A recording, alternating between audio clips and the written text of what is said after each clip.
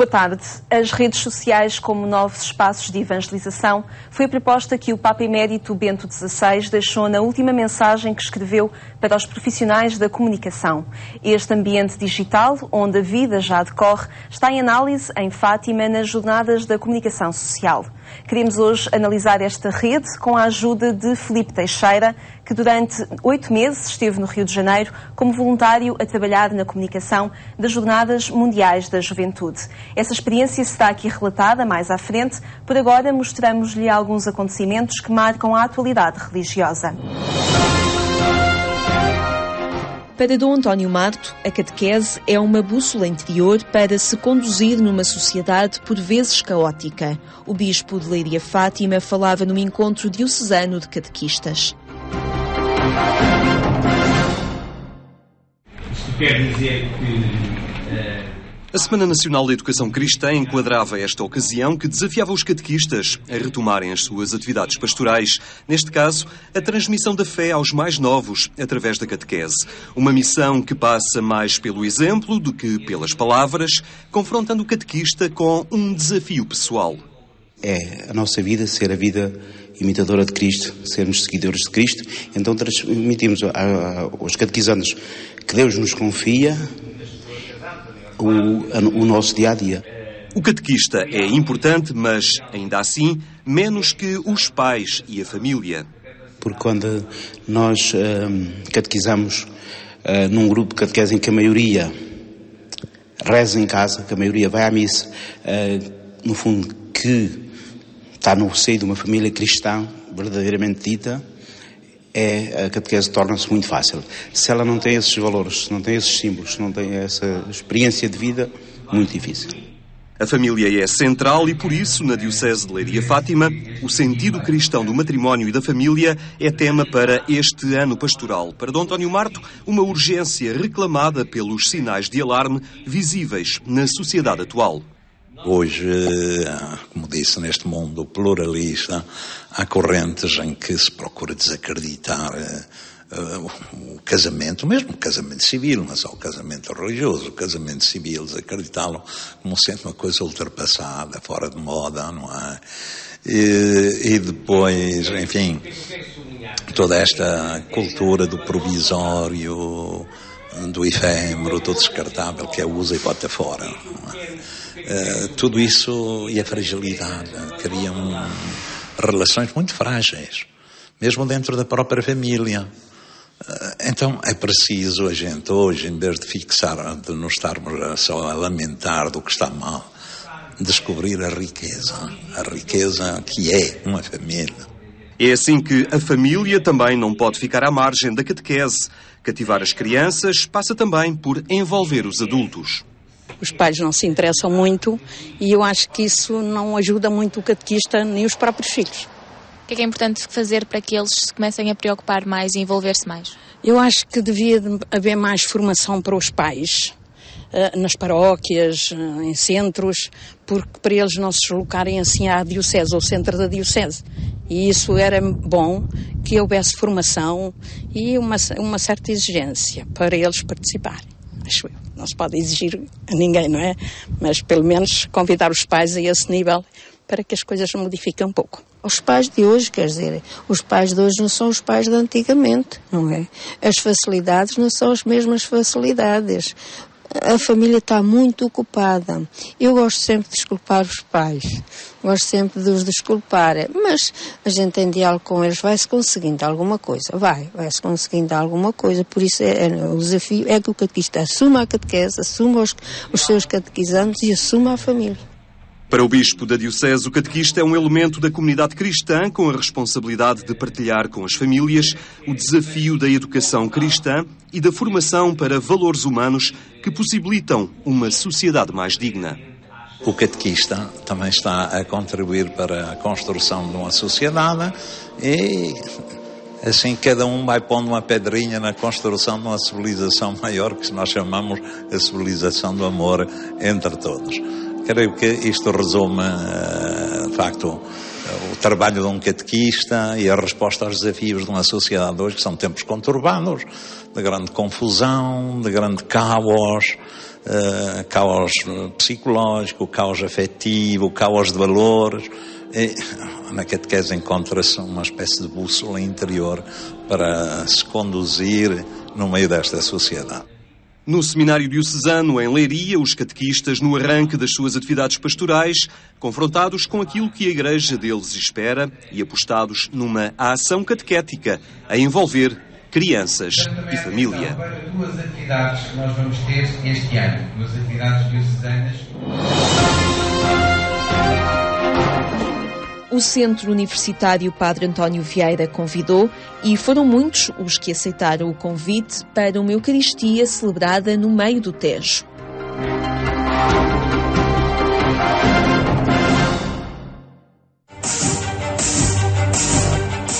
No Alto do Restelo, em Lisboa, um fim de tarde diferente. Sou eu que estou encarregue da Armada, onde irá partir no próximo dia 7 de abril. Recriavam-se os últimos momentos de São Francisco Xavier na corte de Lisboa, antes da sua partida para o Oriente. O texto e a encenação de Matilde Trocado reavivava um momento histórico e um acontecimento de fé vivido com a radicalidade de quem parte para o desconhecido. Uma ousadia que inspirou a comunidade Francisco Xavier, que dá hoje continuidade a este espírito. A CFX é um grupo de missão pastoral em aldeias do interior de Portugal, onde não tenham, essas aldeias que não têm uma presença habitual de um sacerdote residente. O que nós fazemos é apoiamos as pessoas que lá estão para viverem a própria fé, conseguirem viver a fé por elas quando o sacerdote não está. É por isso que este grupo se identifica com o espírito e o exemplo de Francisco Xavier.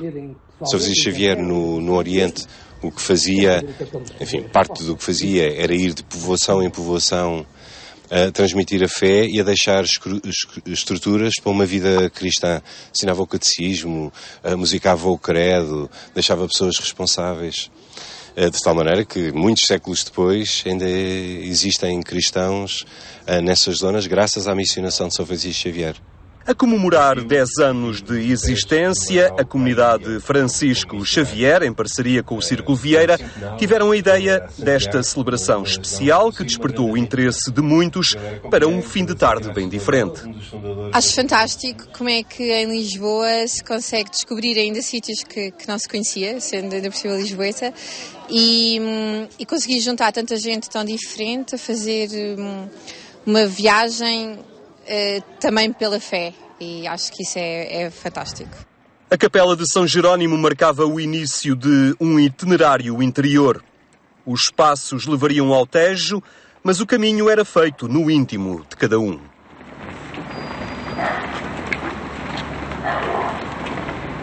São sempre encontros connosco, com Deus, com os próximos, com os nossos amigos, e que realmente valem a pena. São sempre muito bem organizados e eu sinto-me muito bem e dá-me sumo depois para muitos dias de reflexão e de vida espiritual.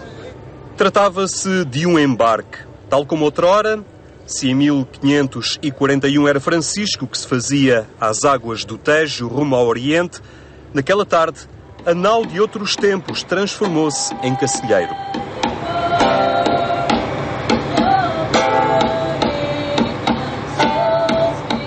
A bordo e ao largo da cidade celebrava-se a Eucaristia.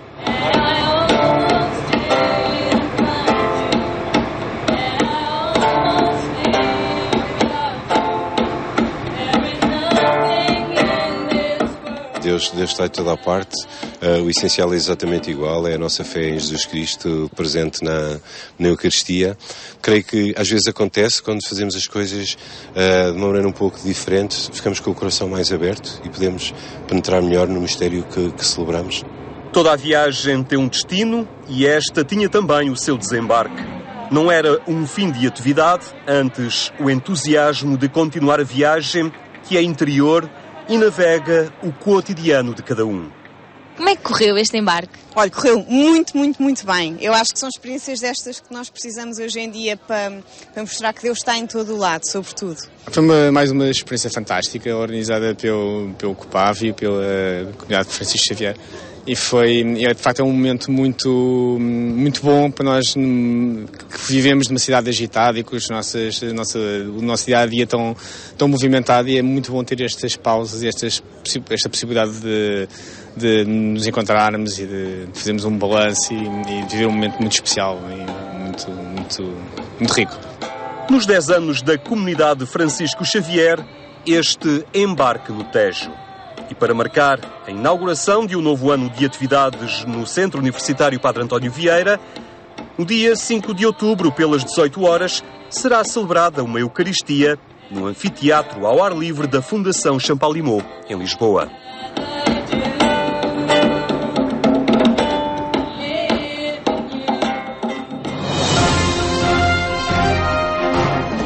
O cônego João Aguiar olha para a página de Lucas, que é proposta para as Eucaristias deste domingo, e sugere agora atitudes que a concretizam nos dias de hoje.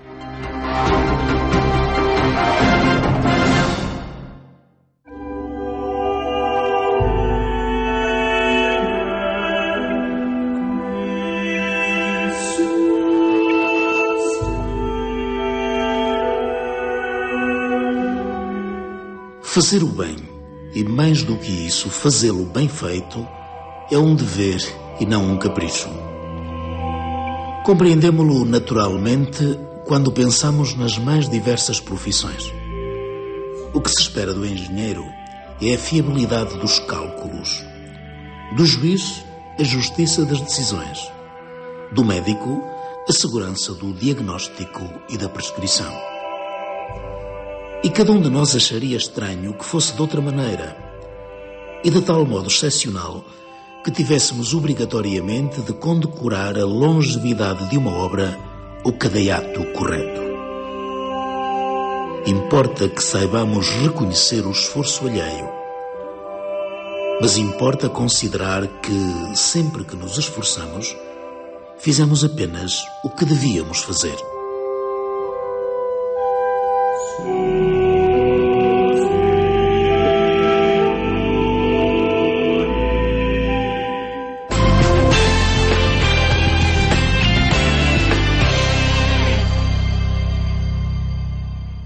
No portal agência.eclésia.pt encontra toda a atualidade que marca a informação religiosa. Falamos agora com Filipe Teixeira sobre a forma como as redes sociais potenciam a experiência das Jornadas Mundiais da Juventude. Obrigada, Filipe, por estar neste programa. A sua ida para o Rio de Janeiro, que aconteceu em novembro de 2012, como voluntário para 8 meses no Rio de Janeiro, para estar a trabalhar nas Jornadas Mundiais da Juventude, aconteceram já com o intuito de integrar uma equipa de comunicação?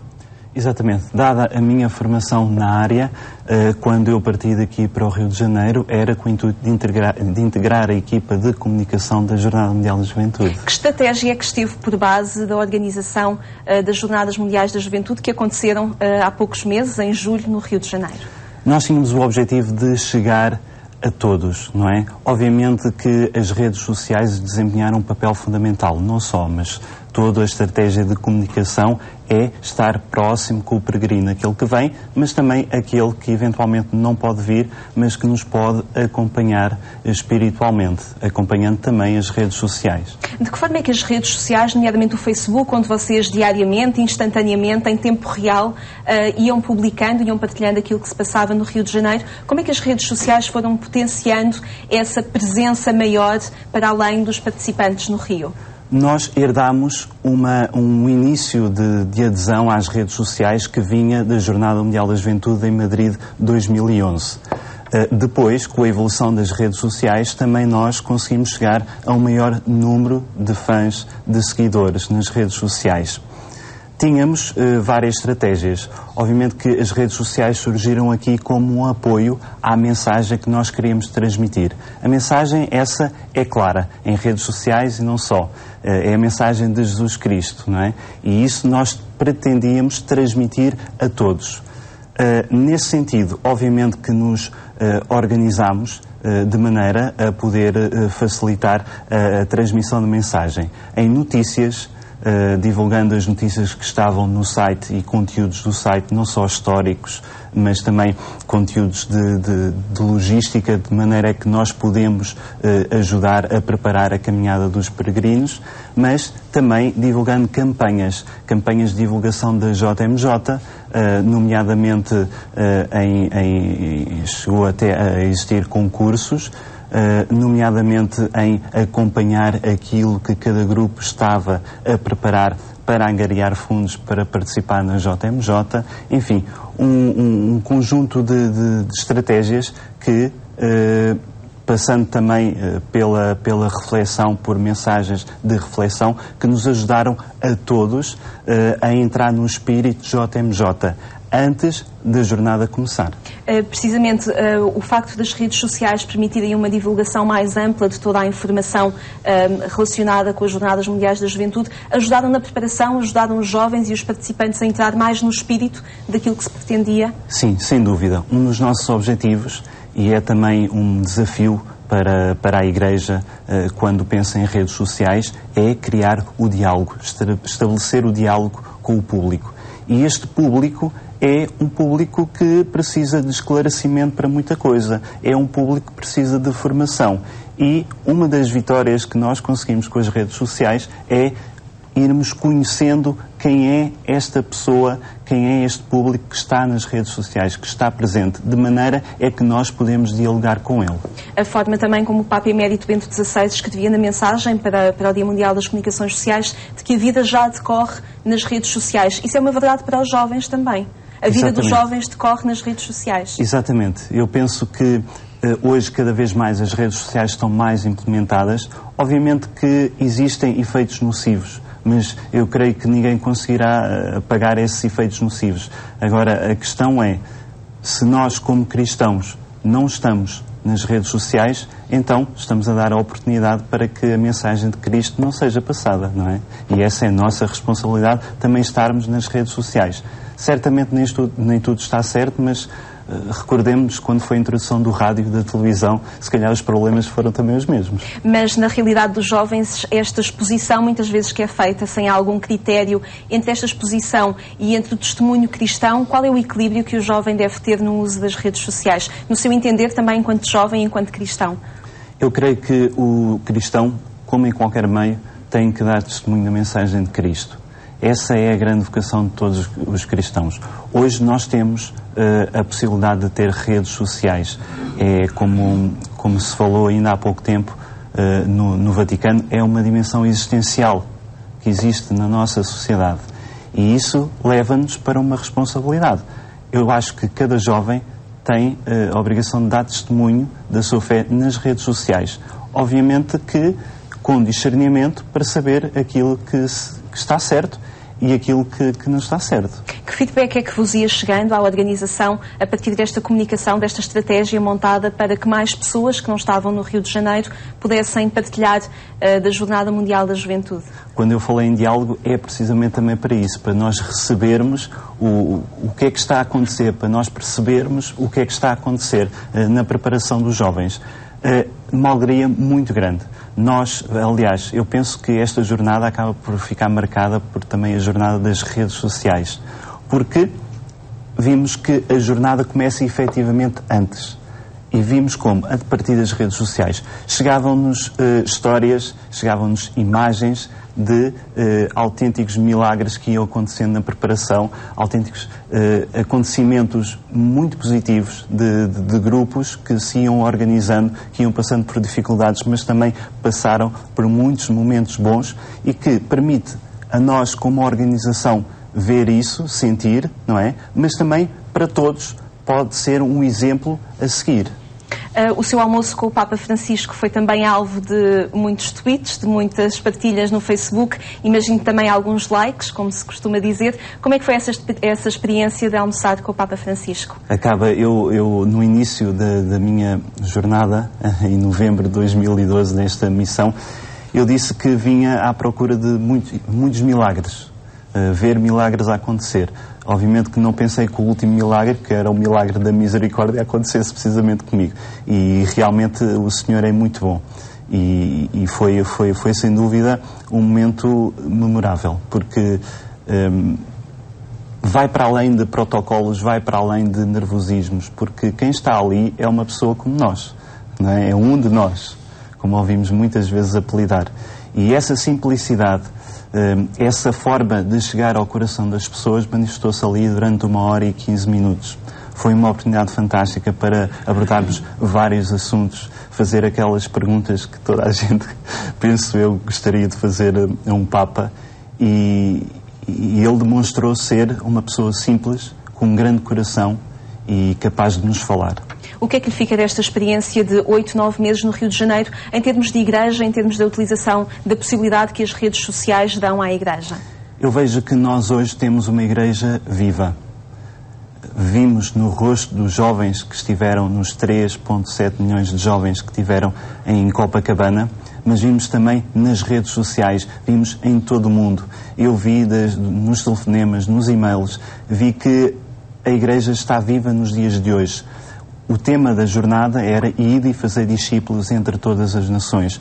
Eu penso que esta jornada conseguiu fazer um convite verdadeiro a todos os jovens, a toda a igreja, com este espírito missionário de os tornar discípulos entre todas as nações, num mundo que não tem fronteiras, num mundo que vai pela era digital, vai por outros meios, mas que nos incuba, nós como cristãos, nós estamos responsáveis por fazer chegar esta mensagem. Por estarem presentes também. Muito obrigada, Filipe Teixeira, pelo seu testemunho, por ter estado neste programa, onde quisemos ir ao encontro do que já acontece na comunicação religiosa nas redes sociais. Obrigada por ter estado desse lado. Tenha um bom fim de tarde. Até amanhã, se Deus quiser.